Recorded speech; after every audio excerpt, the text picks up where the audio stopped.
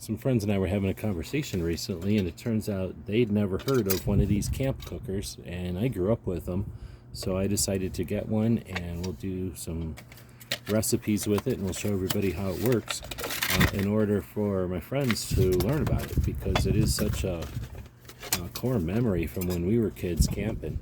So I'm pretty sure ours just had one. You can get them with either 1 or 2 cookers on here. And as you can see, they're small cast iron cookers that just sort of clamp together.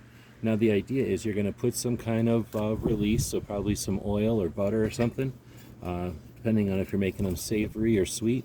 Maybe even just put some pieces of bacon in here. These things better when they're hot, so close it up, put it in the fire, get them nice and hot. Put some butter or something on there. You put a slice of bread down, and you put in some pie filling, and then you put another slice of bread in. When they squish together, the edges are going to get smashed together and cook. The middle is going to steam and cook and be real nice.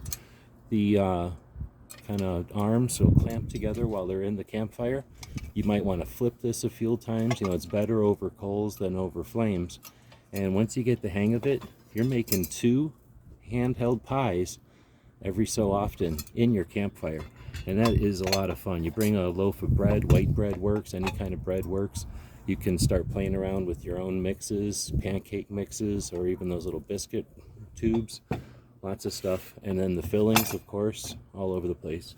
Looks like they give you some recipes to start off with, and they do make them with the single or double right away. A lot of fun for camping. Bring these when you have an RV trip, or anytime you're going to have a campfire, even for tailgating. Hope this helps.